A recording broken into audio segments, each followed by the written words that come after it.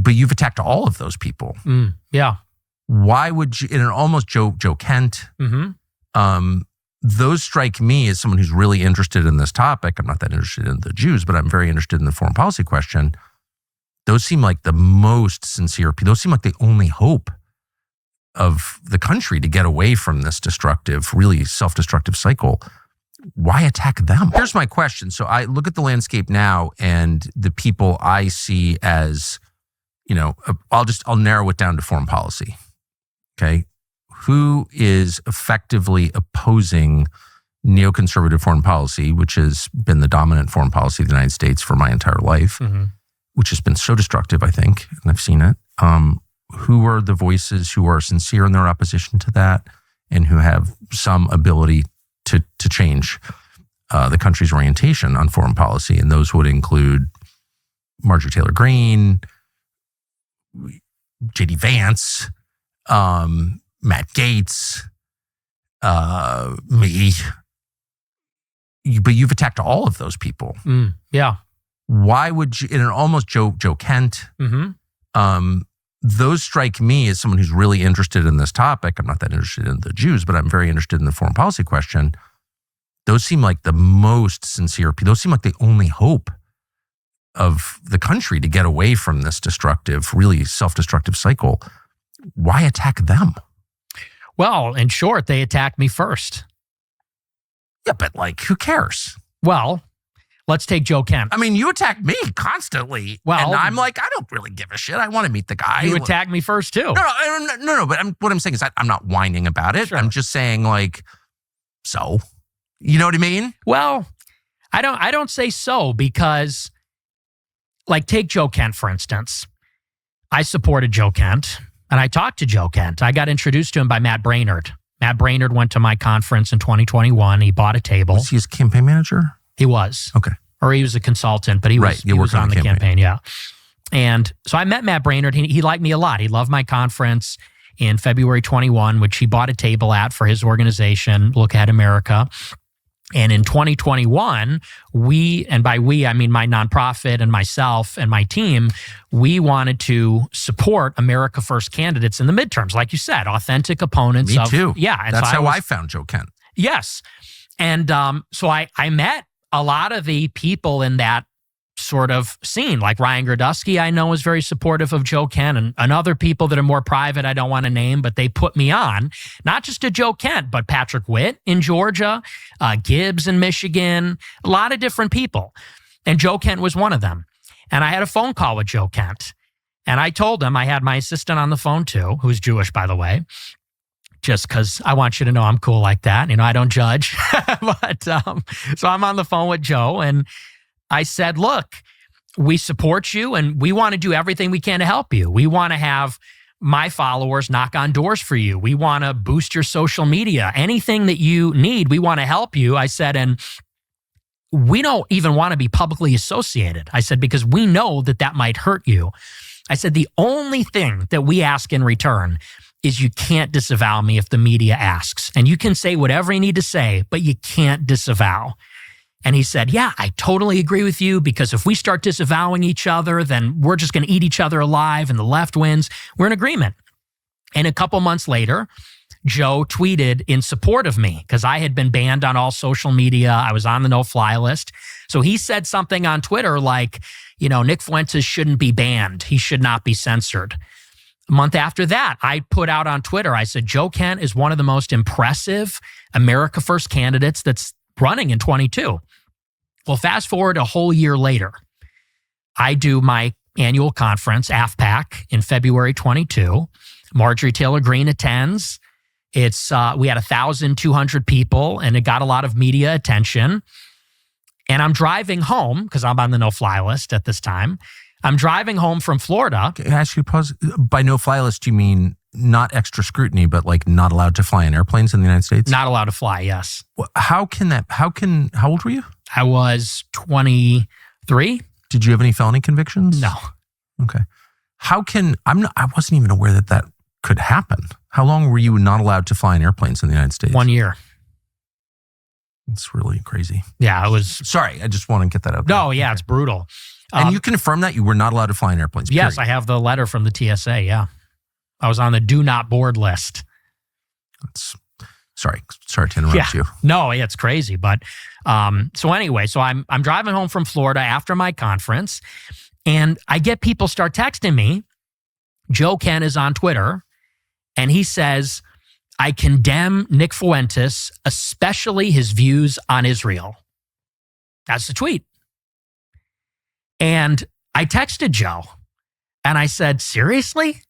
And he texts me back and he says, we win by addition, not subtraction. I go, well, you just subtracted me out of the movement. I said, because I don't support you anymore. He goes back for seconds. He goes on Twitter and says, Nick Fuentes and his focus on race and religion does not fit with my message of inclusive populism. Inclusive populism. That doesn't sound like authentic America first. That sounds like bullshit to me. And I don't know. I know he's your friend, but I don't know him that well. And right. I'm not on the team. Well, so my read on Joe Kent was he's totally sincere. He, like me, has always been committed to separating out like foreign policy views from ethnicity, not because, I mean, obviously I'm denounced as an anti-Semite every day. Mm-hmm. So I don't really care what ADL thinks of me, but my Christian faith tells me that there's no such thing as blood guilt, and virtue or sin is not inherited. It's not a feature of DNA. So every person must be assessed individually as God assesses each person individually. And that's like a foundational view. So I always thought it's great to criticize and it's question like our relationship with Israel because it's insane and it hurts us. We get nothing out of it. I completely agree with you there. But the second you're like, well, actually, it's the Jews. First of all, it's against my Christian faith. Like, I just don't believe that and I never will, period. And second, then it becomes a way to discredit. That's when I was like, this guy's a Fed. Mm-hmm. I was totally convinced you were a Fed because I was like, here he's bear hugging like the one sincere guy who lost his wife in Syria thanks to the fucking crazy wars, neocon wars. And he's discredited. He's doing the David Duke. Like David Duke would always, every time I rolled out a new show, he would issue an endorsement of the show. I've never met the guy. What's that? Well, it's the Feds. Obviously, he's trying to destroy me by association. Whatever. You see the point? Yeah, but so let me ask you this. So if I'm supporting Joe Kent, I'm David Duke bear hugging. If I attack Joe Kent, I'm attacking the only sincere America First voices. I get it. I mean, I do get it. And I just want to say I love Joe Kent. I can't do. Having been denounced by a lot of people I like, I know what that feels like. Mm-hmm. So I definitely am sympathetic to that. Yeah. I was denounced by someone I like last night. I hurt my feelings. You know what I mean? Whatever. I'm not even going to say what her name is, but I helped her. I liked her. You know, it's like, why are you denouncing me? Why didn't you call me? Yeah. Right? I get that. I guess the two problems, but then on the other hand, like one of my favorite people in the world is Glenn Greenwald. Mm-hmm. Yeah, I love Glenn. Oh, what a good man. Glenn must have spent like 10 years attacking me full time. Tucker Carlson is da-da-da-da-da. And some of his criticism was correct, actually. You know, a tool of the neocons, endorsing these fucking wars. Like he was right, but he really hated me. And then when we started to agree on stuff, I was like, you know what? It's not about me. I don't care. Like I don't want personal pique or my hurt feelings to govern my behavior. I guess that's what I'm saying. I'm not lecturing you. I get it. But I feel like, okay, he pissed you off. It's in a campaign. He's got 19 consultants. This kid's a Nazi. Be careful of him. Like, I don't know. Let it go. Well, and I totally agree with you, by the way. And that's why I don't take it personally at all. Like, and I like you. I've said very positive things about you on my show as well. I don't care. And I know, but I mean to say that my goal is America first. Right. It's not about me. It's not about my personality. It's about winning for America, you know, and by winning, I mean, we want to see our vision realized. But with Joe, for me, it was very specific that he said inclusive populism. And I really didn't like that because to me, there were a lot of similar phrases at this time, multiracial, working class populism, this kind of stuff. And I said, you know, on some level, we do need to be exclusive, not inclusive. We do need to be right wing. We do need to be Christian. We do, on some level, need to be pro-white, not to the exclusion of everybody else, but recognizing that white people have a special heritage here as Americans. And so the reason I opposed him in 22 was not because I was mad, but it was to say America First cannot backslide into this kind of inclusive populism message, which I perceive to be more like GOP slop. And I'll tell you, when he ran again in 24, I did not oppose him. I did not oppose him. And I would have supported him if he had reached out or something like that. Because for me, it was very political and professional. I wanted to impose a cost. If you disavow someone because they criticize Israel, if you disavow someone for talking about white people and Christianity, I said, we can't let that slide because, and you understand why he did it. Like on some level, I don't hold it against him in the sense that there is such a strong incentive. It's easy to say, I disavow all these crazy Christians and all these crazy white nationalists, because it buys you wiggle room with people that are attacking you. It's like easy to throw them under the bus and say, right, I'm one of the good guys. And so I said, it's too easy. We need to push in the other direction and say, you should feel less comfortable saying that people shouldn't talk about their race and religion. Maybe you'll think twice next time. And so I did it for a very specific reason. And I get that. What I do think is bad, just objectively bad and destructive, is the all Jews are guilty or all anybody is guilty of anything, because that's just like not true. And we don't believe that as Christians. I mean, my hero in life is Paul. I guess you call him Saint Paul, Saul of Tarsus, a Pharisee. Yeah. And meets Jesus and becomes this just incredible man, incredibly brave, smart, loving, like everything you want to be as a man, he was. Jew. Yeah. So like, and God did that to him. So it's like, you can't, I think that's and I don't think it's like mushy liberal bullshit, which I hate. Mm-hmm. And I hate all the language that you're describing. I get why it offends you because it's code for, I don't really believe what I'm saying. Right. I have a PhD in the subject, so I know. But I also think there's like a true, not just principle, but like spiritual reality that we have to defend, which is God created every person as an individual, not as a group. No woman gave birth to a community. Like we hate that kind of thinking, yes. Right? Collectivist thinking like that. That's identity politics. That's what Dave Rubin engages in. That's why Dave is like just a child. Like you don't pay any attention to Dave because he's like shallow. But we're not going to be that, right? Or no? No, I completely agree with you. And, and not to be that guy and say that thing, but like my best friend is a Jewish person. But here's my substantive disagreement because as a Catholic, I could not agree more with you. Yes. In what you're saying. I love all people, even the ones that don't like us. We have to love them all. And we have to recognize that we're required to. Yes. And especially Aquinas says the Jews are a witness people. And so they actually have special protections under the law, according to Catholic philosophy. But I guess my substantive disagreement, which I've said on the show also, is the idea that neoconservatism and Israel has nothing to do with Jewishness, Jewish identity, the Jewish religion, because clearly the state of Israel and the neocons are deeply motivated by that ethnic identity, and their allegiance to Israel proceeds from that. The plan of greater Israel, the blood and soil nationalism of Israel, it stems from this ethno-religion, which is Judaism. Well, this is, just BLM, the new version. This is identity politics. They're engaging in identity politics. I mean, that's just so obvious to me.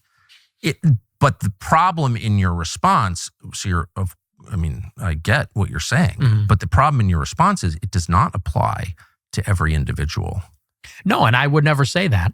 Okay. Well, I just think it's important to say that, not to kind of like dodge the accusations against you. My best friends are Jewish. Like, okay, I agree. Embarrassing, even though it's probably true. And it's true in my case, actually. But whatever. But because just that principle that we're all judged as individuals by what we do, that our faith, the decisions that we make, the way we live our lives, and God will judge every one of us in that way. And that's how we're supposed to judge. Like, I think that's true. Yeah. And I totally agree. But I guess the disagreement is, you say identity politics like it's a bad thing. I think identity is a reality. Identity is a reality. Absolutely. You just can't have a country of 350 million this diverse where it's just like warring ethnicities, because then it's Rwanda soon. And, the people with the most force just kill the others. So like, you can't have that here. Right? Yeah. But I would say specifically as it pertains to, you, I think, have said it's the neocons. And I think that neoconservatism, where does it arise from? It arises from Jewish leftists who were mugged by reality when they saw the surprise attack in the Yom Kippur War. Yeah, that's a lot of it for sure. But then, like, how do you explain Mike Huckabee, Ted Cruz, and there are a lot like that, John Bolton? I mean, I've known them all, George W. Bush, like Karl Rove. I mean, all people I know personally who I've seen like be seized by this brain virus, and they're not Jewish.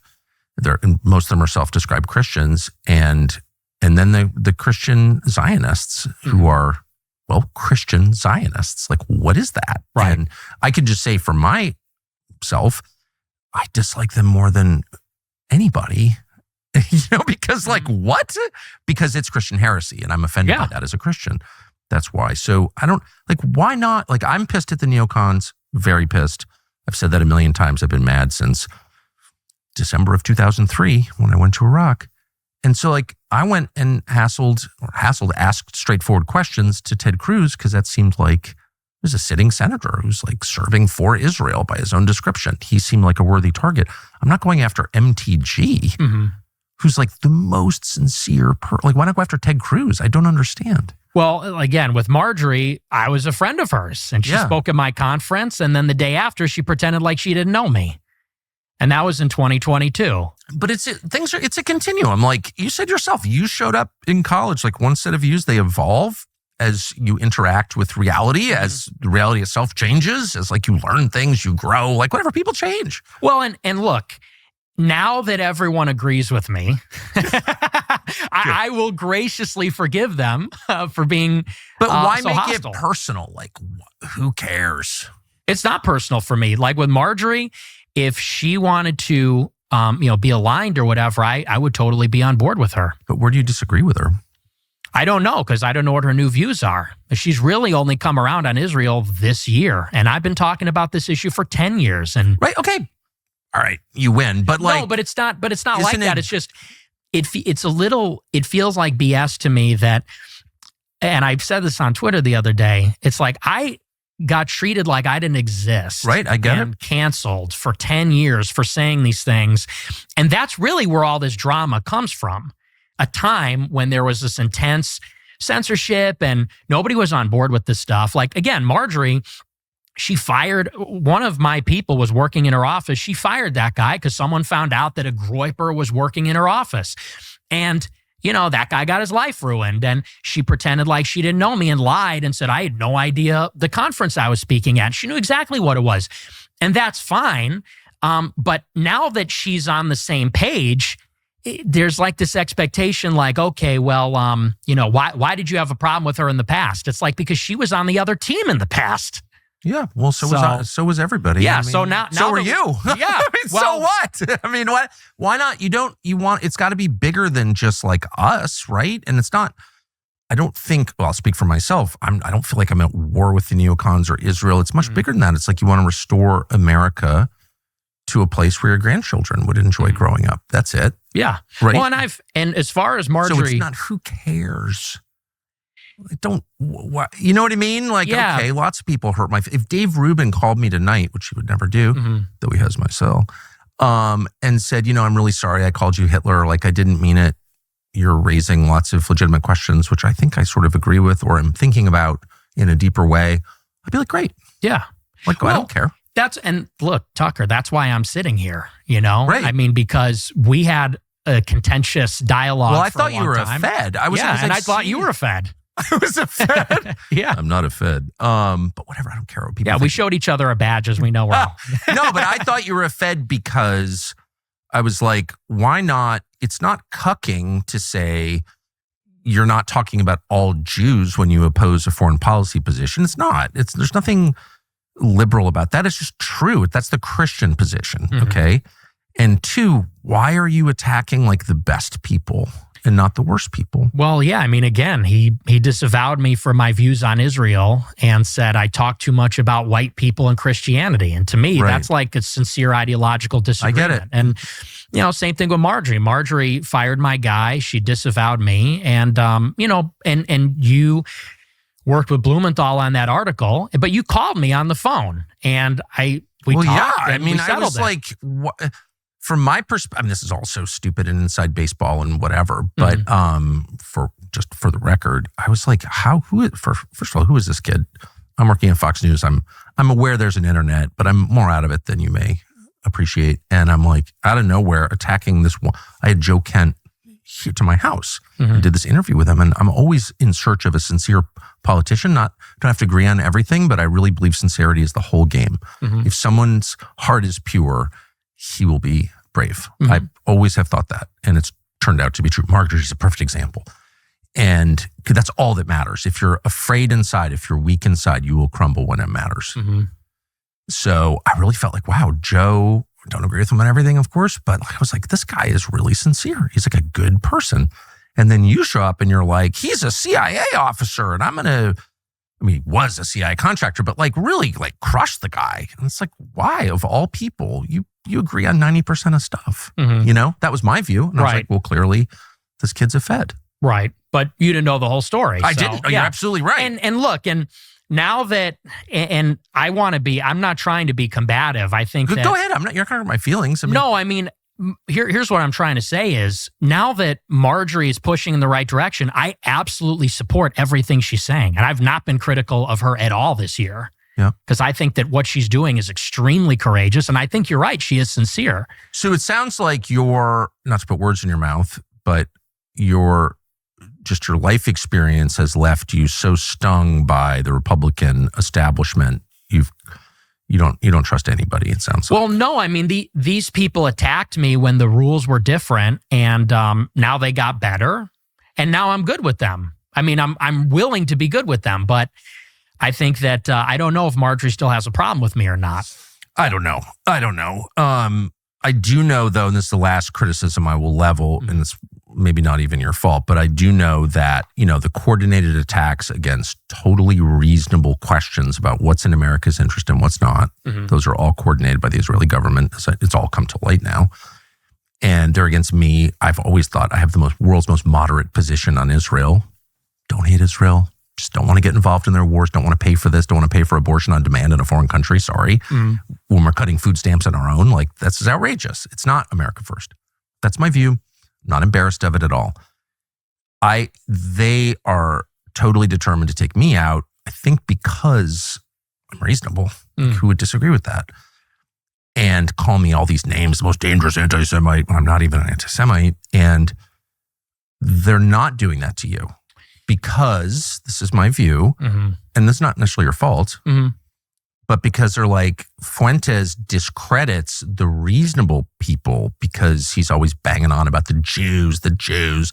And so he makes everyone else look like a Nazi. And so it's like he's playing a pretty valuable role in the same way that Israel has always funded extremism throughout the Middle East, including Hamas, because it discredits the reasonable people.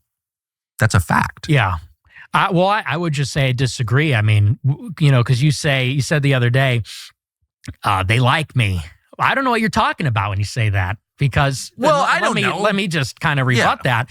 Well, by the way, I'm not saying you have anything to do with this. I'm just saying I've noticed the phenomenon. Totally. And I just reject that because they have been messing with me for my entire adult life. I mean, the ADL got me banned on YouTube. The SPLC posted my house on their website. What do you mean posted your house? They posted a photo of my house on their website. How can they do that? I guess that's a free speech thing. The SPLC posted a picture of your house on their website? Yes. When? In 2022. Actually? Yes, they wrote an article. They said Nick Fuentes bought a building in this city. And they said we interviewed his neighbors and property records reveal this and that. And on the front page, the picture for the article is my house where I live. That's crazy. And then someone showed up with a gun and tried to kill you at that house? Yes. So that's why I say, you say, well, they're not doing this to you. It's like the ZOA, the SPLC, the ADL, the Daily Wire. All these groups have been on me for years. So that's news to me if they're really endorsing my activities. It could just be my perception. But I guess what I'm saying is, as someone who thinks his own views are like completely reasonable, pass every smell test, you could x-ray my soul. I don't think there's a lot of hate in there. And to the extent that they do make me feel hateful, the people who attack me, I do like say prayers about it. We're not allowed to hate people as we forgive those who trespass against us. That's like our core prayer. So I just feel like it's I don't know. Am I being paranoid? I feel like going on about the Jews like helps the neocons. That's what about my views do you think are unreasonable if yours are reasonable? I think, again, I don't think it's cucky. I think it's reality to say that guilt is not inherited. Blood guilt is bad. One of the reasons that I'm mad about Gaza is because the Israeli position is everyone who lives in Gaza is a terrorist because of how they were born, including the women and the children. That's not a Western view. That's an Eastern view. That's a non-Christian. That's totally incompatible with Christianity and Western civilization. They say, oh, we're the defenders of Western civilization. Not with that attitude. You're not. Collective punishment is the enemy of Western civilization. Yeah. And so I hate that attitude. It's genocidal. The current claims that I'm a cancer, from Ben Shapiro or whatever, we need to be excised from the body of conservatism is a genocidal position that it basically encourages violence, as they well know. The whole thing I hate. So like anytime you say a whole group of people is responsible for the sins of some of its members, like I'm out. Yeah, but that's not my view. It's not.